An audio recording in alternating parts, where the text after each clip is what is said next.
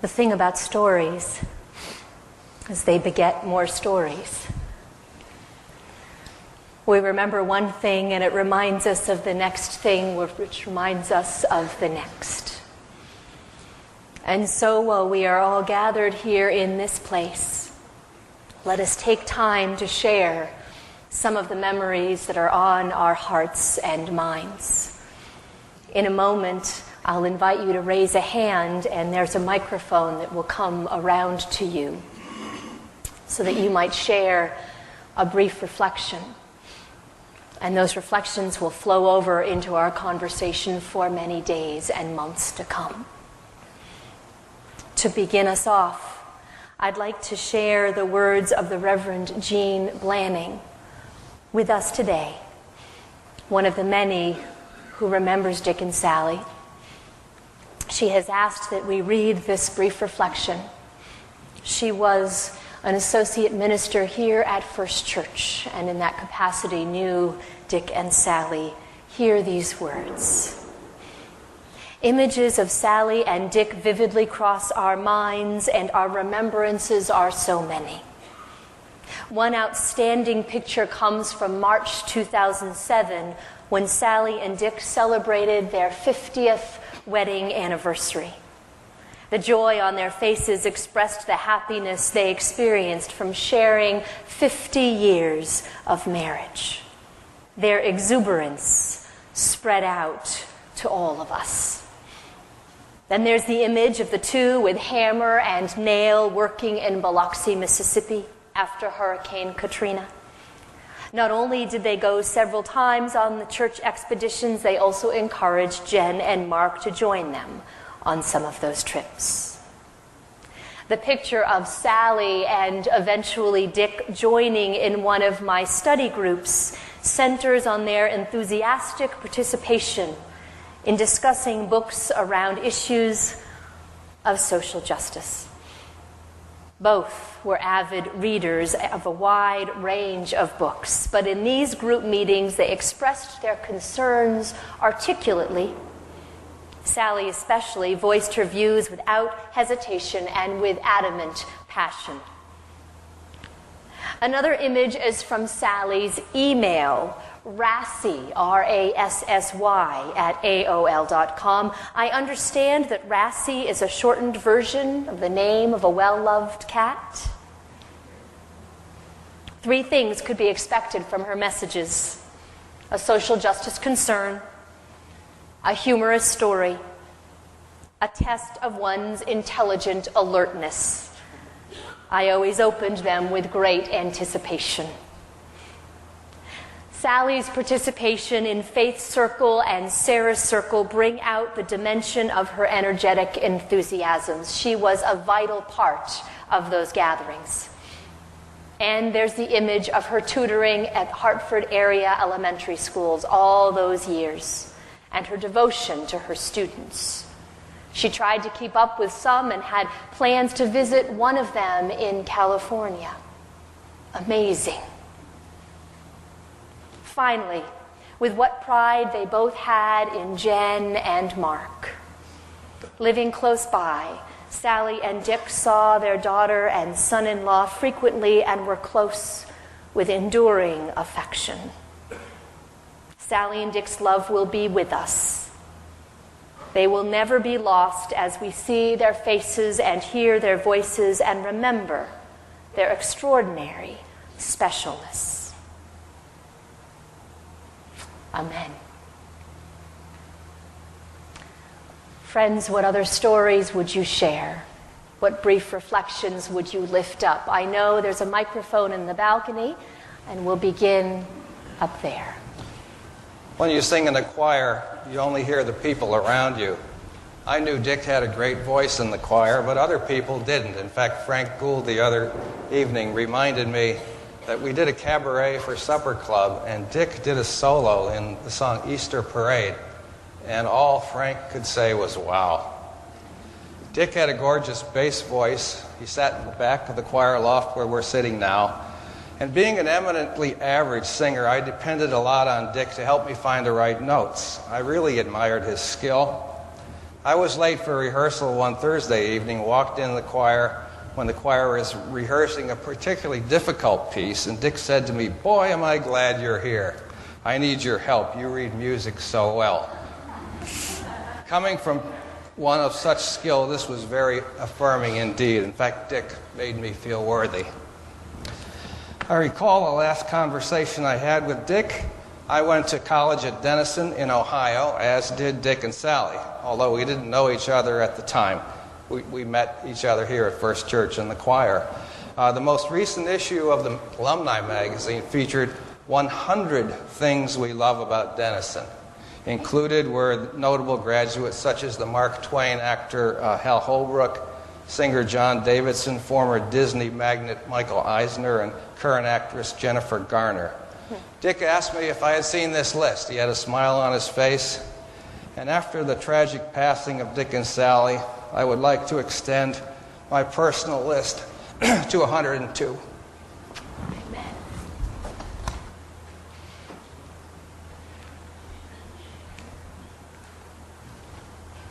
Is there a hand over here? Yes, please. Here it comes.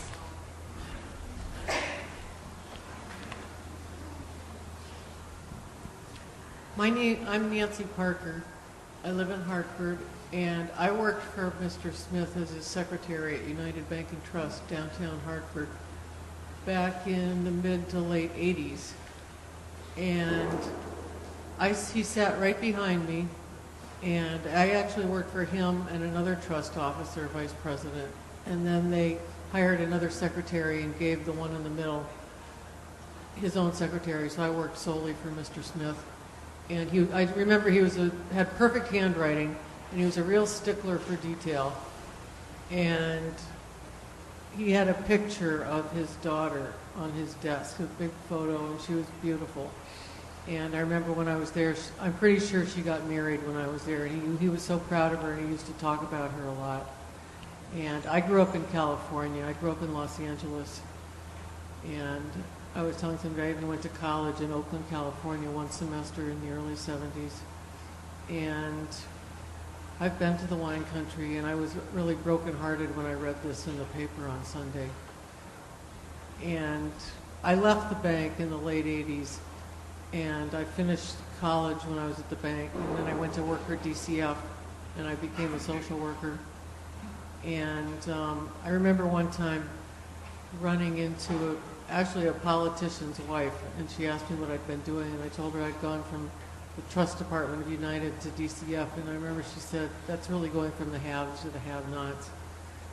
And I just really remember him for being a real perfectionist. So, and I didn't know he'd gone to Cornell Business School until I read it in the paper, but I know he was an assistant vice president and trust officer. And I remember everybody in the bank. I just ran into one of the other vice presidents. And I don't run into too many people from there, but I have a really firm, strong picture of that trust department that we worked in. I think he left and went to Simsbury, and a lot of changes happened to the bank, and now it's Bank of America. But I have very fond memories, and I learned a lot working for him. He was a good tutor, and I was taking even AIB courses to work towards being a trust officer. And he was a really good teacher. So that's What a gift. Thank you for those years with Mr. Smith. Other stories to share? Down here.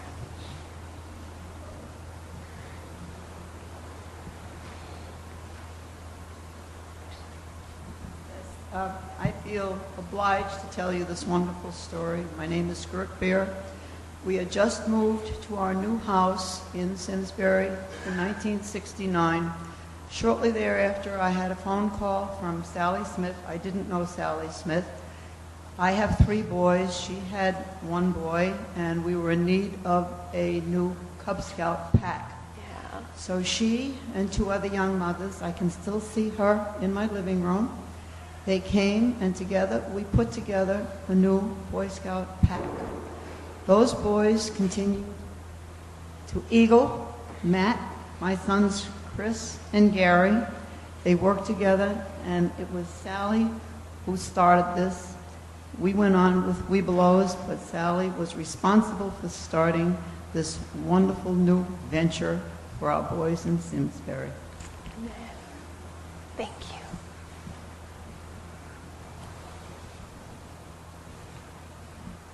Not only was Sally involved in the Cub Scouts, but I had the privilege of working with her for years leading the Girl Scout organization in Simsbury. And she was a leader for Jennifer from Brownies through Cadets, and then we led the Girl Scout organization as service unit chair and association chair for several years. She was always adventuresome and very creative, even to the point of at one town-wide event having a canoe brought into the pool at Avon Old Farm School so that the girls could learn water safety, including what to do if your canoe turned over. Another thing I'd like to point out is in working together in church here, when the church celebrated its 300th anniversary, the archive committee put together 2 dioramas of the way Simsbury looked in the 1700s and then how Simsbury looked in the 1800s. And we put these together in Sally and Dick's kitchen. And they were long and wide, and I don't think that the Smiths were able to eat in their kitchen for several months while we put together these dioramas.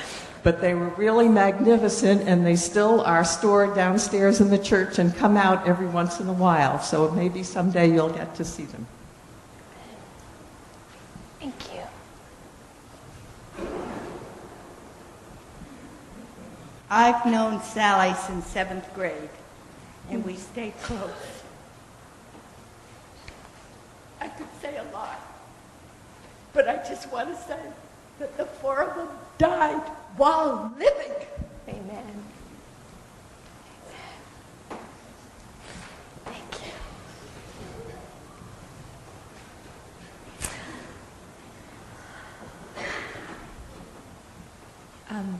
So I know Dick and Sally as Grandma and Grandpa.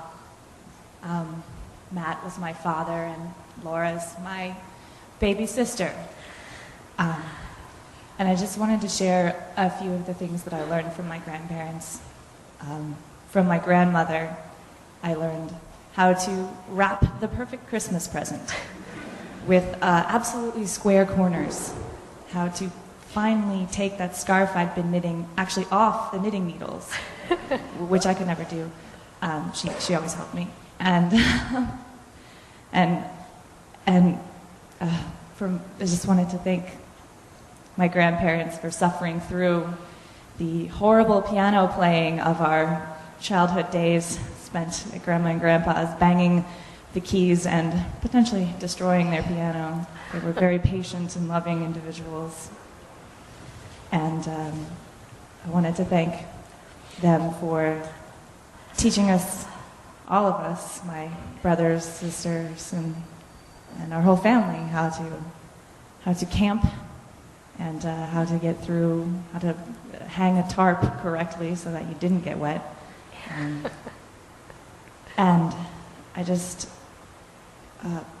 wanted to also share a few of the things that my grandparents shared with me and my younger sister, Laura. We all attended Cornell University, and I remember a time when I, out of the blue, called my grandmother, and she asked me where I was, and I happened to be standing in the apartment, the first apartment my grandparents shared together in Ithaca, New York, staying with a friend, and just realizing the way that our lives were completely intertwined.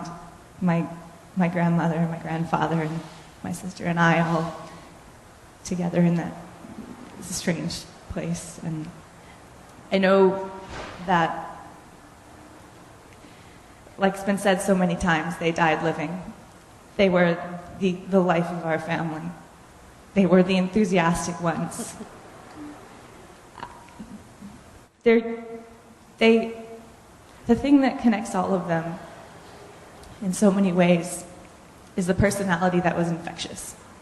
I can say about each one of my family members that when you met them, when you met my sister Laura, when you met my father Matthew, And when you met my grandmother and my grandfather, you were instant friends because their love for everyone was overflowing. Amen.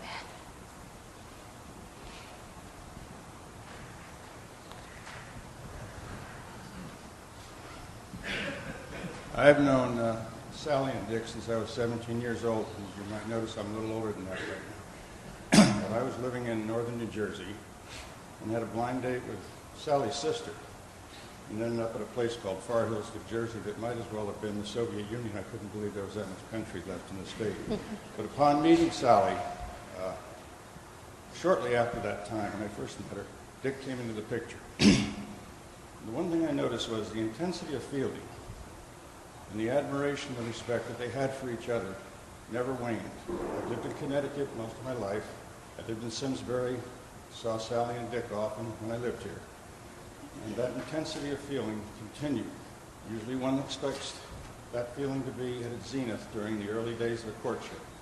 But the feeling and admiration that those two showed for each other existed to the time that they departed. Amen.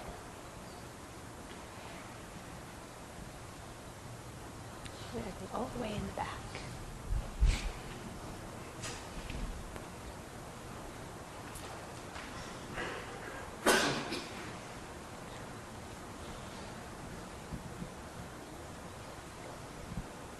I would just like to attest to that feeling that continued throughout their entire relationship. I was privileged to be at Biloxi after the Katrina hurricane.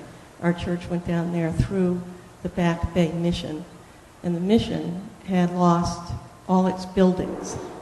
So when we went down, there were maybe 16 of us. We were in a long trailer, and on one side of the trailer were the women, and on the other side there were bunk beds and rooms for the men, and in the middle was the kitchen and living room.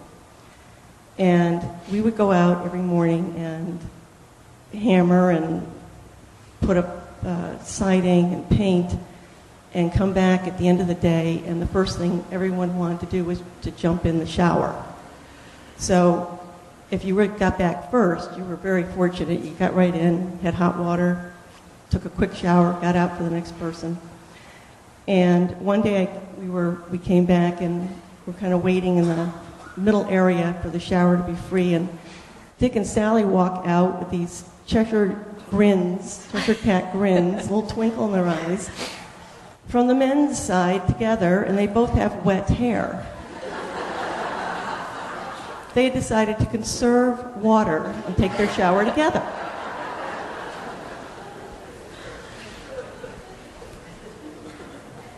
It's the story that everybody knows that no one was sure they were going to tell today.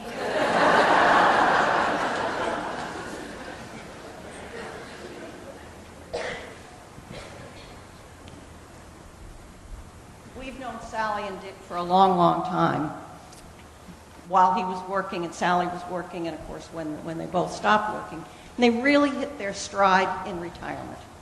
They did a lot of traveling, they had a great time, and one testament to this is we've been in a dinner group with them for almost 40 years, and after Dick retired, he stopped falling asleep during dinner.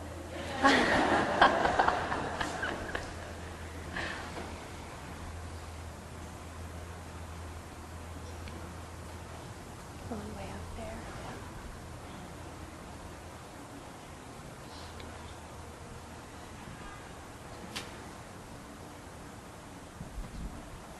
Good morning. Good morning, Dick.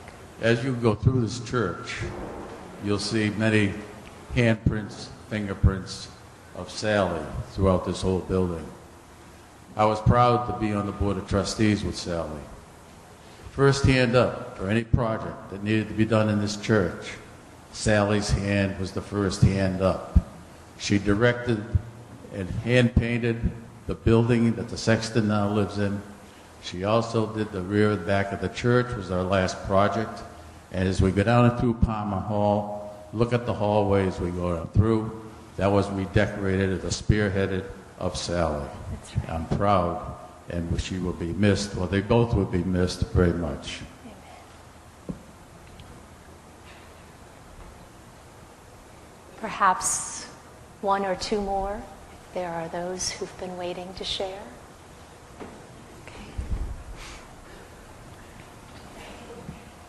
Okay. My name is Jerry Epstein, and I'm speaking on behalf of the Intonation Senior Chorus. Dick was a longtime member of our chorus. He was a beautiful singer. He had the finest voice in our chorus by far. He was the anchor of our tenor section. And even though we have some fine tenor singers in the group, it won't be the same. And Dick was a beautiful singer. He was a beautiful person, and he'll be missed in our organization. He was with us for a number of years. Everybody loved him. And I personally didn't have the pleasure of meeting Sally, but I knew Dick well, and we'll miss him dearly. Thank you.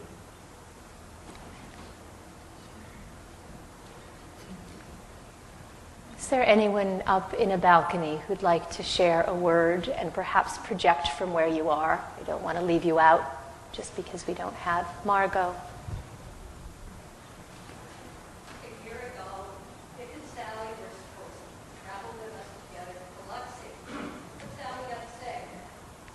So Dick came along with us. But boy, did Sally admonish us to look after him. Well, that was a hard thing to do because she could never keep Dick down. He did everything that was asked of him and made a little bit. We could all tell, though, that he was really missing Sally. And the one thing that I remember so clearly when we flew home and we got off that plane, and Sally was there waiting for him. And when they saw each other, it was just like the light shone all over Bradley Airport. Their love for one another was so absolutely incredible. And we are so lucky that they shared it with us.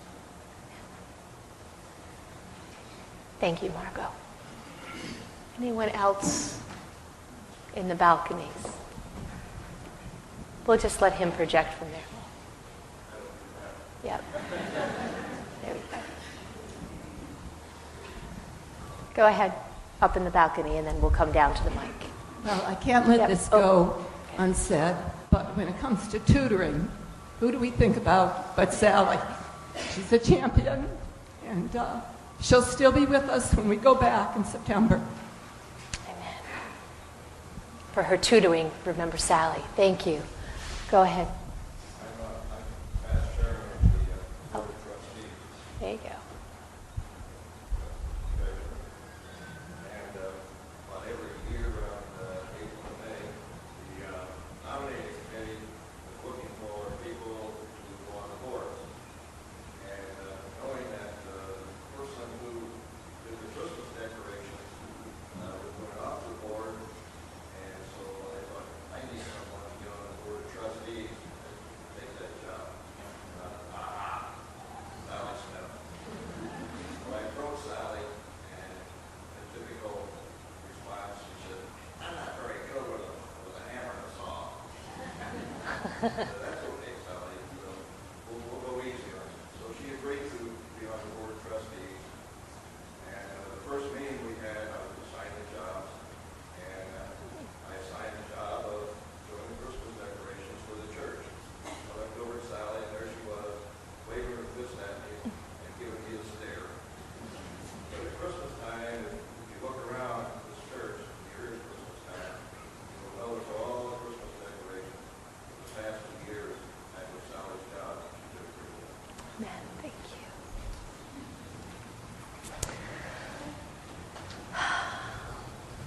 Thank you.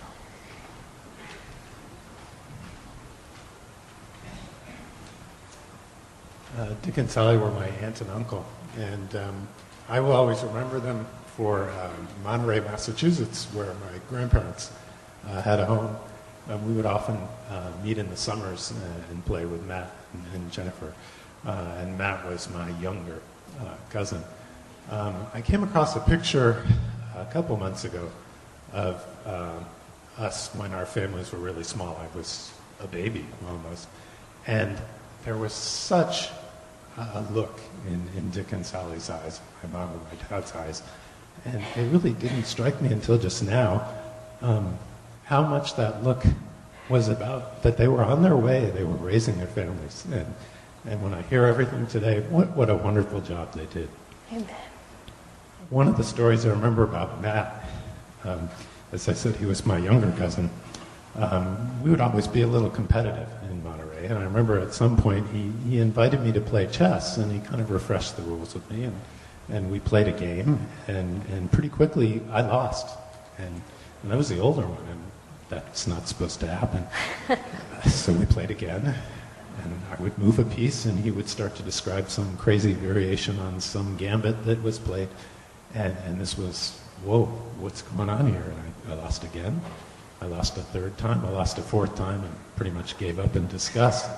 But the memory I took away from that is that you can't just get by just on your brains, that you do need to prepare and study and practice, and I'll always carry that with me. Amen. Thank you. Are there other family members who would like to share?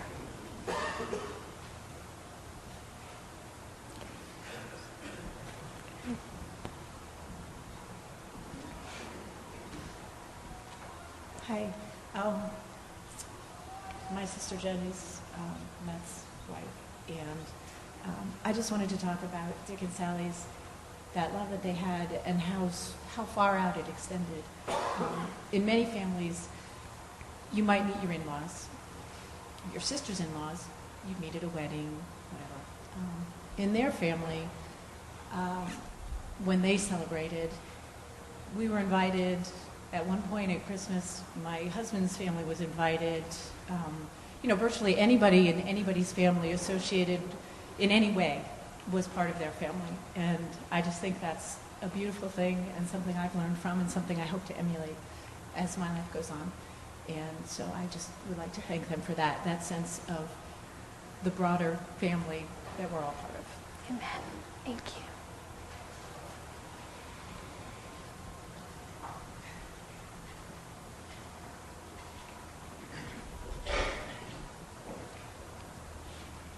Seems a good note on which to pause with that affirmation that for Dick and Sally, the love was wide and deep and extended in concentric circles through layers and layers of family and friends, so many of whom are here today to bear witness to the gift of their lives. Their lives were ended way too soon. But those concentric circles continue to spiral outward. And the stories continue. And we carry them in our hearts so long as those stories are on our lips. And so, friends, as we continue today, I invite you to carry those conversations into the reception that will follow and into the days to come, as we give tribute to the love and the lives of Dick and Sally. Amen.